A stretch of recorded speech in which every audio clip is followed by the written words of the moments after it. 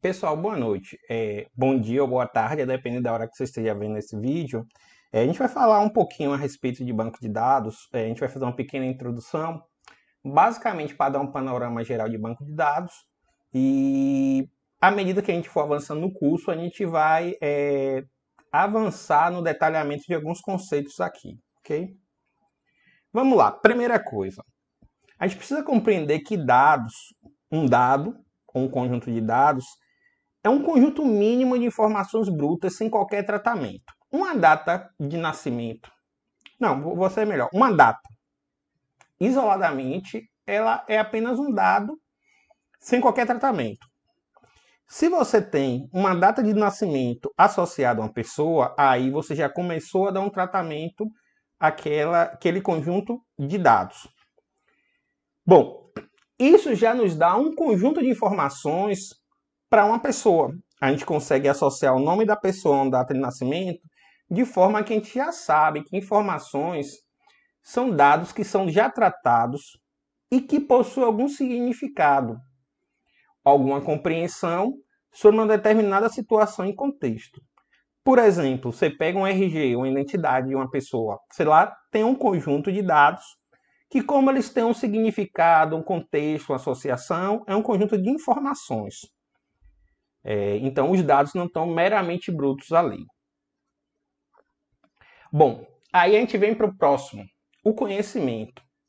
O conhecimento, no sentido assim mais simples que a gente vai trazer aqui no curso, ele pode constituir um saber, ideias e experiências que só informação pura não seria capaz de trazer.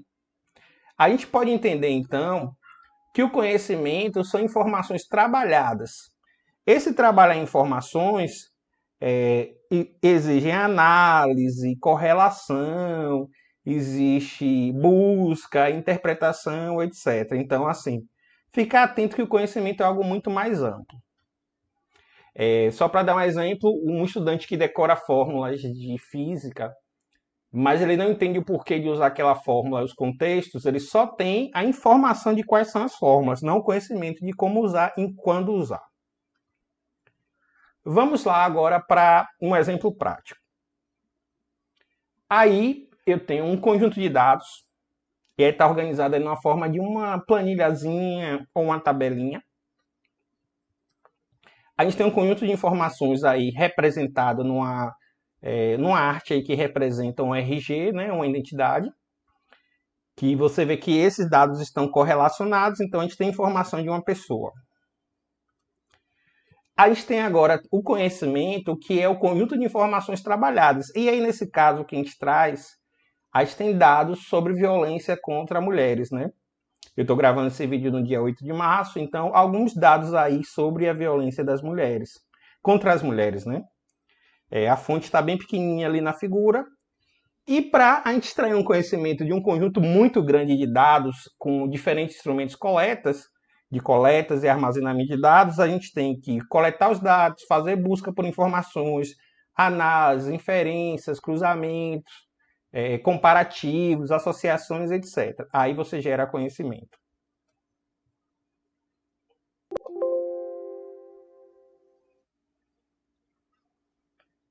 Vamos lá, o que é um banco de dados? Um banco de dados é um conjunto de dados relacionados. Isso significa o quê? A gente já falou que quando você começa a relacionar dados num contexto, você tem um conjunto de informações. Quando você tem uma grande quantidade de dados, ou uma quantidade de dados relativamente, digamos assim, de um determinado contexto que precisa de uma associação, uma interpretação ou cumpre um objetivo, você tem um banco de dados. Vou dar um exemplo do dia a dia. Vamos imaginar que um professor antigo ele tem lá dentro de uma pastinha dele todas as avaliações dos alunos. Embora esteja ali escrita as questões e as respostas dos alunos, junto com textos ou trabalhos, tal, ele tem um banco de dados de avaliações de alunos. Outra coisa importante. De modo geral, um banco de dados ele representa um ponto de vista de dados de uma abstração no contexto da realidade. É importante dizer isso porque o seguinte, se você está montando, por exemplo, um banco de dados para uma academia de educação física, as pessoas fazem musculação e outras atividades, é muito relevante você saber o peso da pessoa, o teor de gordura, a altura, talvez o tipo sanguíneo, doenças pré-existentes, etc. Mas se fosse um banco de dados, por exemplo, que fosse para detectar coletar informação dos torcedores e seus respectivos times, seria irrelevante o peso, a altura, a cor do cabelo, coisa do tipo, né? Então, assim, é que nem uma questão de física.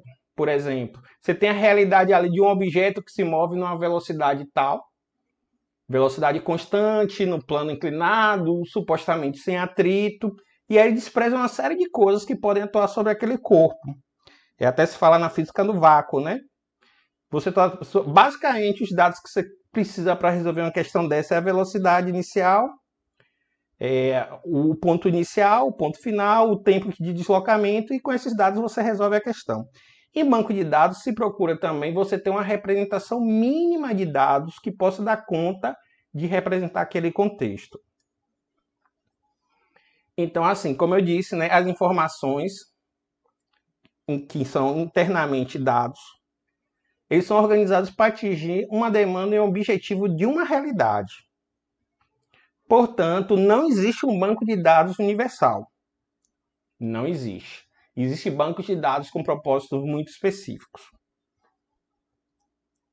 Então, a gente tem banco de dados para dados escolares, banco de dados que cuida de uma livraria, banco de dados de venda, banco de dados de cidades, banco de dados que cuida de dados clínicos de pacientes, banco de dados que controlam campeonatos de futebol, etc. Vamos agora a algumas perguntas básicas. Qual a diferença entre dados e informação? Então, sugiro que, após essas perguntas apresentadas, você pare o vídeo em alguns minutos, faça essa reflexão e tome nota. Pode voltar o vídeo alguns minutinhos e ver isso. O que é preciso para extrair conhecimento dos dados? E o que é um banco de dados, finalmente, né? Aí a pergunta que se faz é: existe um banco de dados de propósito geral? Vamos em frente. Exemplos de representação de banco de dados na forma de modelos. Na literatura, existem vários modelos de base de dados ou banco de dados. Existe o modelo plano ou tabular, o modelo em rede, o modelo hierárquico, o modelo relacional, orientado a objetos e objeto relacional. Eu estou citando eles aqui, mas basicamente a gente vai trabalhar com o modelo relacional. Lembrando que o modelo relacional não tem a ver com relacionamento, tem a ver com a palavra de relação. Ok?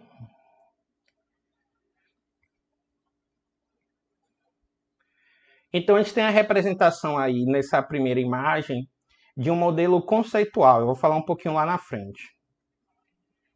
E no lado direito aí um modelo de projeto lógico. Como é que um banco é organizado internamente? Um banco de dados é organizado internamente. Bom, ele é organizado do ponto de vista dos dados em uma ou várias tabelas que são chamadas, em determinados contextos, de entidades. Né? No modelo conceitual são chamados de entidades. E em outras literaturas e outros modelos chamados tabelas. Então, se vocês virem em alguns vídeos, tabelas e entidades são sinônimos, né?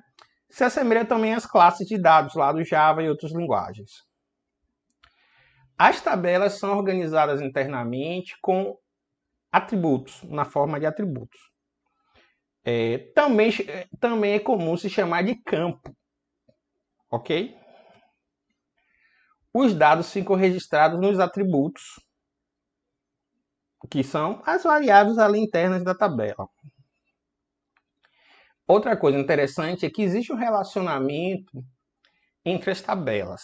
E esse relacionamento entre as tabelas dá o significado ao banco e de como esses dados se relacionam na questão de pertinência, quantidades, etc. As tabelas podem ter chaves e as chaves elas são uma forma. Vou pegar o exemplo aqui do atributo. É uma forma de você recuperar a informação de uma maneira eficiente, evitando duplicatas. No dia a dia, a gente tem, por exemplo, aqui no Brasil, a questão dos CPFs. O CPF é usado como chave para recuperar um conjunto de informações de um cidadão brasileiro. Então, a princípio, ainda não é definição formal de chaves, mas é uma noção inicial do que são chaves.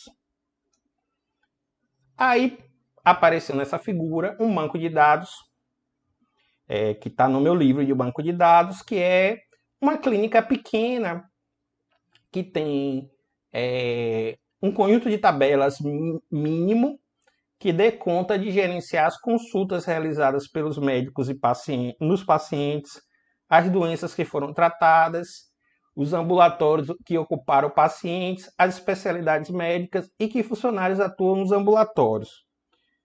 Não vou detalhar muito isso, que esse é um banco que a gente vai usar nas aulas daqui para frente. Aí vocês vão aprender um pouquinho mais.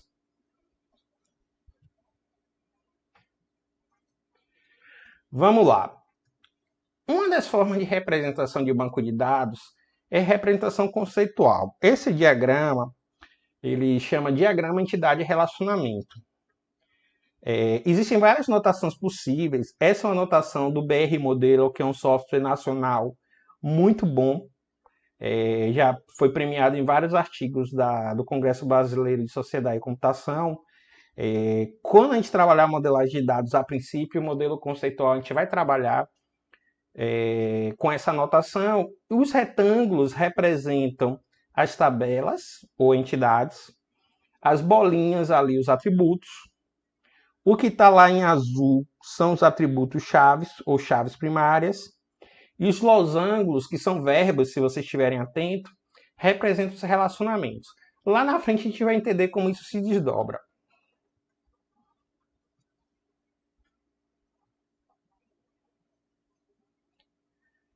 Bom, aí aquele modelo clínica que eu tinha mostrado rapidamente, e diferentemente do modelo conceitual, existe uma preocupação em você dizer quais são os tipos de variáveis, os tipos de dados para os atributos, que seria equivalente aos tipos de variáveis, né?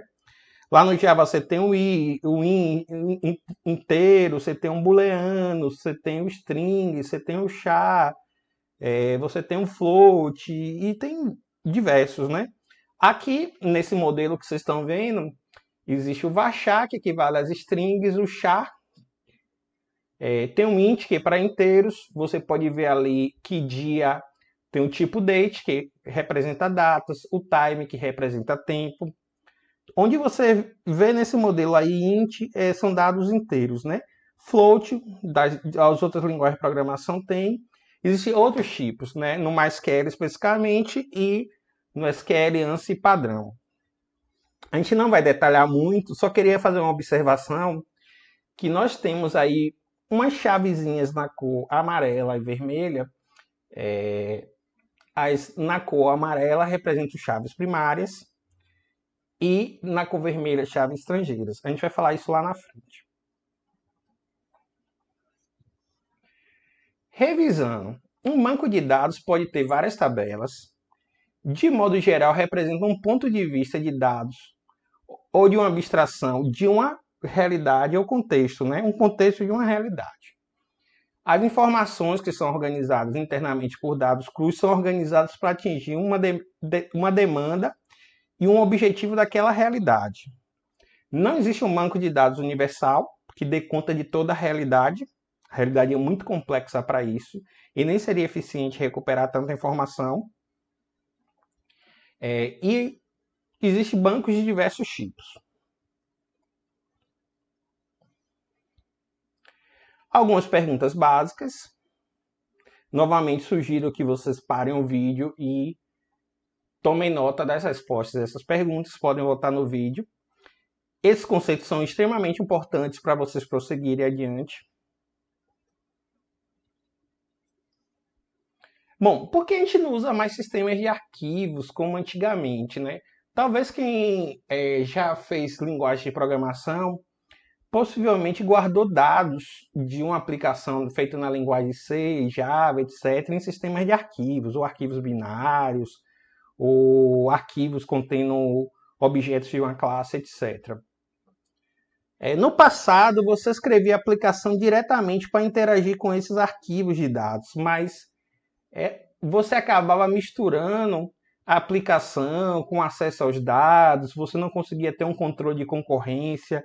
Provavelmente você já tiveram aquela experiência de estar editando um arquivo numa rede de computadores com um colega e quando você tenta salvar, ele diz que tem outra pessoa trabalhando no mesmo arquivo, se vai fazer uma cópia diferente, se vai sobrescrever, etc.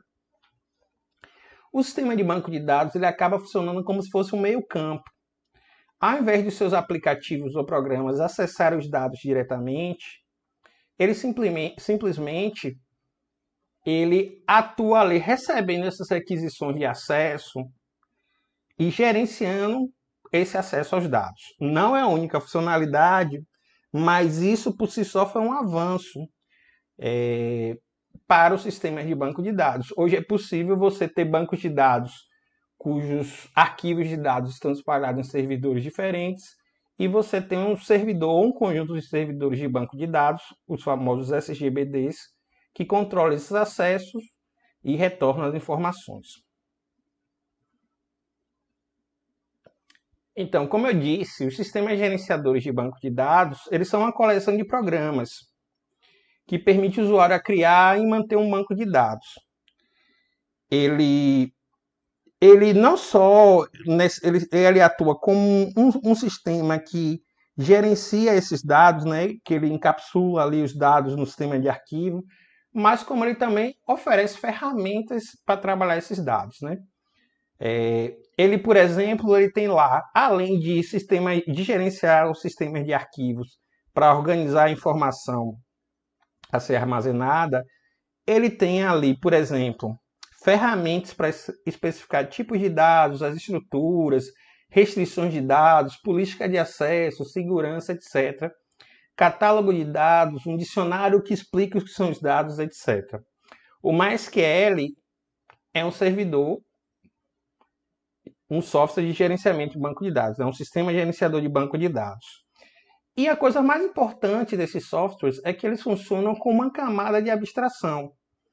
Então, ali em cima você vê que os usuários e programadores, eles simplesmente acessam o sistema gerenciador de banco de dados e esse software, né, através das aplicações, eles, por um lado, acessam os dados e fazem todo o processamento de consultas, alteração de dados, etc., com as políticas de controle, como também ele gerencia tudo relacionado às estruturas, definição de dados, tabelas, como elas são internamente, que atributos ele tem, etc.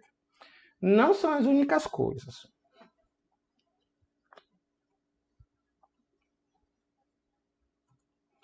Bom, algumas funcionalidades que todo servidor de banco de dados, gerenciador de banco de dados razoável tem que ter, ele tem que ter uma forma de você definir como vão ser organizados os dados, né? Como se criar tabela, alterar tabela, etc. Ele tem que ter um mecanismo, um conjunto de rotinas que possam controlar a forma de armazenar e recuperar os dados. E aí tem várias estratégias para ser feita isso, variam de bancos para bancos, servidores de bancos de dados para servidores de banco de dados. Então, eles devem incluir consulta de banco de dados, maneira de recuperar dados, atualizar bancos, políticas de controle de concorrência. Isso quer dizer o seguinte: eu posso permitir que um banco de dados seja acessado por vários usuários e programas simultaneamente, sem prejudicar a integridade dos dados. Ele deve ter proteção contra defeitos ou falha de hardware ou falha de energia, proteção de segurança contra acesso não autorizado ou malicioso. Tudo isso a gente não conseguia fazer com sistemas de arquivos comuns. E o mais importante, né? Você pode ter grandes volumes de dados. Os sistemas de arquivos nos anos mais antigos, eles tinham limitações. Então, o sistema gerenciador de banco de dados, ele até organiza os dados na forma de arquivo, mas ele tem uma forma de gerenciar e apontar em que volumes de arquivos estão determinados dados. Então, é uma coisa importante. Alguns sistemas gerenciadores de banco de dados conhecidos, MySQL, PostgreSQL, SQL Server da Microsoft, tem o Oracle também. Eu botei o Code Firestore, ele não é um banco de dados relacional, ele é do tipo NoSQL, porque esses bancos não relacionais têm sido a nova onda de banco de dados, então cabe citá-lo aqui. Algumas perguntas. O que é o sistema gerenciador de banco de dados? Quais são suas funções básicas? E citar alguns conhecidos. Para o vídeo por um pouquinho, se precisar rever, escreve as respostas no seu caderno e aprende um pouquinho mais. Bom, vamos entender agora o seguinte. Eu peguei aí o que parece ser uma planilha do Excel para a maioria de vocês e eu quero mostrar o seguinte. Se isso fosse uma tabela de banco de dados, seria uma tabela com os seguintes atributos: região, estado, período, setor, item, vendedor e vendas. Então, as colunas são os atributos desta tabela. E as linhas, aí você está vendo aí que eu dei um destaquezinho na linha 11, são os dados, ou seja, registros, né? Conjuntos de dados para aquela tabela, né? Então, se fosse lá na orientação objeto, você poderia dizer assim, é uma instância do objeto que se materializou nessa linha. Então, as colunas seriam ali a classe, né, o esqueleto, e a materialização daquele objeto seriam esses dados, que aí, ó, região Sudeste SE, estado São Paulo SP, o período, né, foi 16 de janeiro, ou janeiro de 2016, o setor para aquela compra que foi realizada foi de sala, o item vendido foi uma poltrona, o vendedor foi Pedro e foi a venda 107. Então, para vocês que estão entrando em banco de dados, se você vir uma planilhazinha ali do Excel, pode fazer associação. As colunas aqui, possivelmente aqui vão ser os atributos de uma tabela, alinhe os dados ou registros. Então, faça essa associação no início. Bom, eu queria mostrar esse exemplo aí agora, porque assim, como alguns de vocês vieram de orientação a objeto e viram Java, aqui à sua direita vocês têm aí uma classe de um diagrama, né? Diagrama de uso, possivelmente, né? E aí você tem a classe cliente que você tem ali os atributos e os métodos. Você tem um método de alterar dados e de excluir conta, e você tem os atributos nome, e-mail, sem endereço, todos string. Do lado esquerdo, a gente tem um pequeno banco de dados, que é didático, que serve para associar as faturas de um cliente a um vendedor. Então, na tabela clientes, observe que poderia ser uma classe lá do Java clientes. Você tem o ID cliente, que é a chave primária, e você tem os atributos nome, endereço, cidade e CEP. E vendedores você tem nome, data do contrato, salário e comissão. Só fazendo um paralelo aqui, por exemplo, se fosse lá no Java, onde você tem nome ali para vendedor, seria uma string, a data do contrato, a princípio, não tem lá um correspondente, né? Como tipo primitivo, você poderia usar uma string ou criar um tipo específico. Salário e comissão float lá no Java tem, ou double, coisa do tipo, né? Eu queria que vocês prestassem atenção numa coisinha aí, ó. Quando eu tenho ali ID cliente com a chavinha amarela, e aí eu vou falar uma coisa chamada autonumeração, na próxima aula a gente vai descobrir isso. O que é que eu estou dizendo por essa chave aí? Que o primeiro cliente que eu cadastrar no meu banco, ele vai ter o ID cliente dele valor 1. O segundo valor 2, o terceiro valor 3, 4, 5 e assim por diante. Isso aqui a gente chama de autoincremento. No Java lá que você usava o i++, é basicamente isso. É uma forma do banco controlar que não haja uma repetição, certo? É, isso é a chave primária, autoincremento. Aí eu estou dando esse destaque que chaves em amarelo são as chaves primárias. Professor, olhei agora aqui o seguinte, eu estou vendo que na tabela faturas, você tem o ID da fatura, que pode começar 1, 2, 3, 4, 5, 6. Você tem uma data, né, que é a data que gerou a fatura, que é um tipo date. A gente vai discutir isso lá na frente um pouquinho. E você tem duas chavinhas vermelhas aqui. O que significa essas chavinhas vermelhas? Como eu escrevi aí na tela, chaves em vermelho são chaves estrangeiras. O que é o estrangeiro? É o que veio de fora. Então, observe a tabela clientes, ela tem o ID clientes e a tabela fatura tem o ID clientes. Isso quer dizer que nessa fatura, vamos imaginar que na fatura do dia 8 de março, eu tenho o ID cliente 1, que é o cliente, sei lá, Luiz. Ah, então essa fatura é daquele cliente Luiz. Oh, mas não era melhor botar o nome de Luiz na própria fatura? Bom, isso é uma questão de modelagem que a gente vai ver lá na frente. Um banco de dados tem que ter um conjunto mínimo de informações que dê conta da realidade. Então, a gente liga pelo número do cliente, pelo ID do cliente. A fatura 1, a fatura cujo ID do cliente é 1, é para o cliente cujos dados, a chave primária dele, ID cliente, é 1. Então você faz essa associação. Outra coisa importante, vocês estão vendo aí uns pezinhos de galinha, né? A entidade que o pezinho de galinha aí está sendo conectada, a gente chama aí o seguinte, ó. Onde você tem esse tracinho, a gente diz que é cardinalidade 1. E onde tem um pezinho de galinha, a gente está dizendo o seguinte, qual é a tradução disso? Isso vai ser discutido em modelagem. Um cliente tem várias faturas. Ponto. Eu chego na loja, comprei coisa, vai ter uma fatura. Vim depois, comprei, vai ter outra fatura, etc.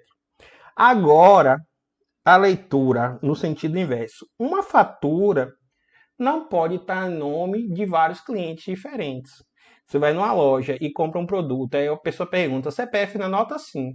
Aí você dá o seu CPF, por exemplo. Você não dá o CPF de todas as pessoas possíveis, é apenas dele. A mesma coisa vale para o vendedor. Um vendedor tem várias faturas, ele emite várias faturas, ou seja, onde tem esse tracinho, um vendedor, onde tem um pezinho de galinha ali que são 3, essa anotaçãozinha significa N, ou seja, um vendedor tem várias faturas que ele emitiu. Bom, professor, entendi vagamente. Beleza. Lá na frente, a modelagem, a gente vai entender melhor como isso se aplica. Mas toda vez que você vê no diagrama essa anotação, tracinho, pezinho de galinha, ou a outra anotação, 1 para N, explicitamente isso, você vai entender que um vendedor ele pode gerar várias faturas.